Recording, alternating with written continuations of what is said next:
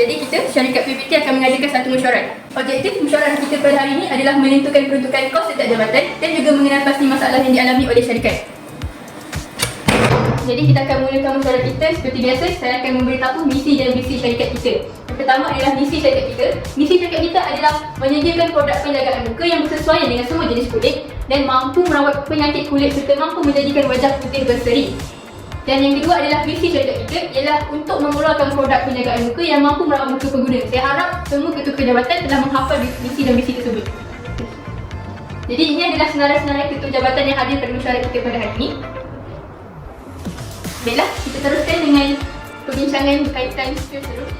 Jadi saya nak mendengar keluhan dari setiap jabatan. Kita mulakan dengan jabatan pengeluaran. Jadi terima kasih kepada CEO kita. Saya akan mulakan dengan jabatan pengeluaran.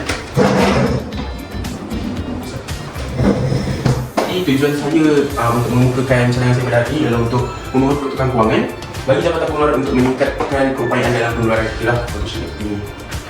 So, berapa yang saya perlukan untuk memperuntukkan dalam peningkatan bahagian pengeluaran?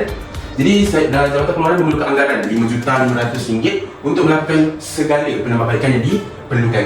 Jadi, ini termasuk sekali dengan pembelian mesin baharu dan juga penukaran pembekalan bahan mentah. Saya akan terangkan yang lebih lanjut di slide sebelah.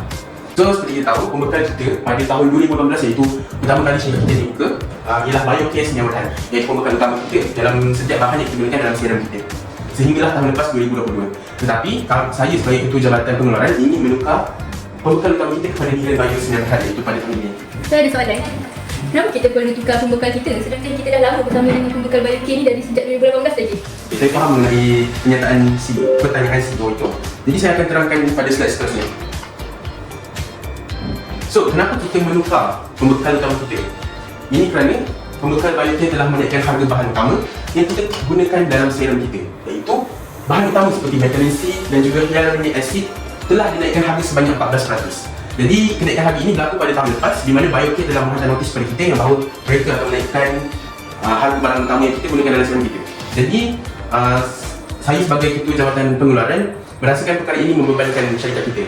Jadi, saya mengambil inisiatif pembekal Million Bio menawarkan harga yang lebih murah dan kualiti yang lebih memberansangkan daripada pembekal biocare. Jadi kita teruskan dengan slide seterusnya. Jadi selain daripada penukaran pembekal bahan mentah, saya juga mencadangkan untuk menambahbaikan mesin yang sedia ada. Jadi mesin yang sedia ada, blender HJ200 mampu hanya mengeluarkan 300 botol sahaja dalam sehari. Sebenarnya syarikat kita telah mempunyai permintaan yang banyak terhadap produk serum kita. Selain itu, blender HJ200 ini juga mempunyai banyak masalah seperti membuat produk serum kita tidak terlalu mengikut piawaian. Jadi banyak produk yang telah ditolak dan tidak mencapai penilaian prestasi yang kita mahukan. Jadi disebabkan itu, syarikat kita mengalami kerugian yang agak memberansangkan. Dengan penambahbaikan mesin baru ini, ia mampu mengeluarkan produk sebanyak 600 botol serum dalam sehari. Ia juga akan mengurangkan kadar risiko produk yang ditolak. Jadi oleh itu syarikat kita tak akan mengalami kerugian pada masa akan datang. Selain itu, jabatan pengeluaran juga ingin menambah pekerja mahir. Disebabkan indeks pekerja mahir 2022 dalam jabatan pengeluaran hanya mempunyai 15 orang pekerja mahir sahaja. Jadi ini saya ingin mencadangkan kepada pihak HR untuk menambah pekerja mahir dalam organisasi, dalam jabatan dan pengeluaran. Jadi saya meminta untuk HR menambah 17% pekerja baharu dari tahun sebelumnya, iaitu menaikkan kepada 25 orang pekerja mahir. Jadi itu saja dari jabatan saya. Jadi saya teruskan dengan jabatan pemasaran. Selamat sejahtera semua. Saya pengurus jabatan pemasaran. Saya dengan staf jabatan pemasaran telah pun meramal bahawa syarikat kita bakal mengalami kerugian pada masa akan datang nanti. Untuk mengelakkan masalah ini, saya mencadangkan untuk membuat pengiklanan secara besar-besaran untuk meningkatkan hasil jualan kita. Antara rancangan jabatan pemasaran untuk mengiklankan Pure Serum kita ialah kita boleh buat pengiklanan melalui aplikasi TikTok. Yang kedua pula, kita boleh membuat pengiklanan melalui saluran radio. Saya juga cadangkan untuk mengupah pengaruh kecantikan tempatan yang anda nampak di slide ni. Artis pertama Elisa Norazlan, yang kedua Ashley Edward dan yang ketiga Alha. Saya mencadangkan mereka untuk tampil dalam video pengiklanan kita. Bagaimana awak yakin yang influencer ni mampu mempromosikan produk? Sebab mereka ni mempunyai pengikut yang ramai di platform media sosial mereka. Upah bagi satu artis merupakan RM5,000 dan jumlah upah untuk ketiga-tiga artis ini merupakan RM15,000. kedua pula, kita boleh membuat pengiklanan melalui saluran radio di Malaysia. Pengiklanan tersebut boleh berkonsep sketsa yang menarik dan boleh disiarkan antara pukul 4 hingga ke 8 pada hari Isnin hingga Jumaat. Kosnya pula RM450 pada hari Isnin hingga Jumaat. Pada hari Minggu pula kita boleh siarkan kita punya pengiklanan tersebut pada pukul 1 hingga ke 4 dan kosnya pula RM350. Jumlahnya kita perlu memperuntukkan RM11,800 untuk iklan radio untuk keempat-empat saluran radio yang saya cadangkan. Kita boleh siarkan kita punya iklan ni di saluran HIS, Era, 988 dan juga Rabah. Jumlah kos yang jabatan kami mahukan untuk membuat pengiklanan secara besar-besaran merupakan RM628,600. Itu sahaja daripada saya. Saya berharap pihak PUN dapat mempertimbangkan cadangan saya. Terima kasih.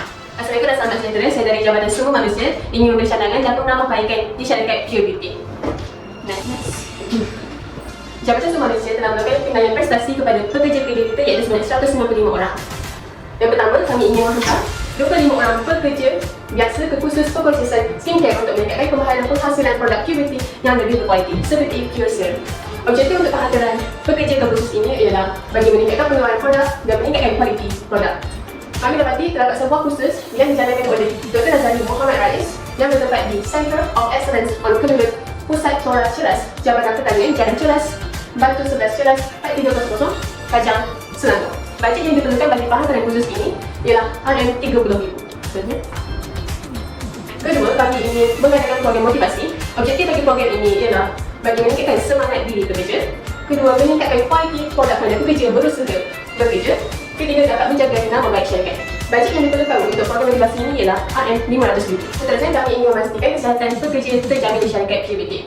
Kami ingin menyediakan tempat rehat untuk emosi. Kami ingin menghias satu bilik kecil yang berwarna-warni dan warna semu jadi untuk menenangkan pekerja daripada stres, terutamanya pekerja khidmat pelanggan.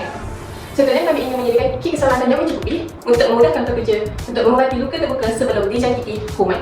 Kewangan yang diperlukan untuk memastikan kesihatan pekerja terjamin ialah RM2,000. Seterusnya, kami berharap pihak PUN boleh mempertimbangkan pemberian bonus kepada pekerja yang cemerlang.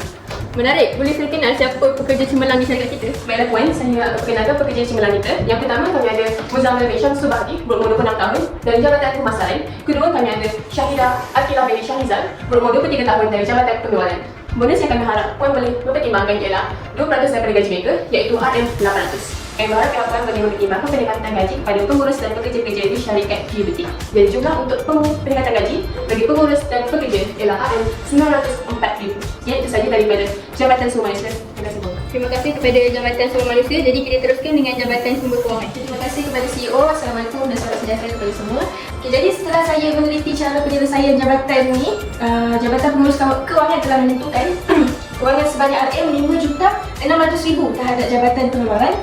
Kita akan memberikan mereka peruntukan wang untuk membeli mesin-mesin yang baru. Okay? Seterusnya, saya telah membuat penyelesaian bagi Jabatan Sumber Manusia dengan memberi peruntukan kewangan sebanyak RM1 juta di bawah aspek ganjaran supaya pekerja-pekerja dapat melakukan pekerjaan dengan lebih bersemangat. Oleh sebab itu, saya telah meningkatkan 10% ganjaran dan 5% bonus kepada mereka. Dan akhir sekali, kamilah akan membuat pinjaman jangka panjang dengan memperuntukkan sebanyak RM2 juta untuk diberikan kepada Jabatan Pemasaran bagi mengelakkan kekurangan modal pusingan. Saya ingin meminta pendapat CEO lah bahawa syarikat kewangan ini telah memperuntukkan pinjaman sebanyak RM50 juta bagi syarikat kita. Baiklah, terima kasih untuk semua pembentangan pada hari ini. Jadi, lepas saya melihat, saya bersetuju dengan cadangan yang diberikan oleh Jabatan Pengeluaran, terutamanya dengan perubahan mesin yang lebih canggih dan permintaan kerja baru. Jadi, saya akan dengan pembentangan-pembentangan lain, saya akan berbincang bersama dengan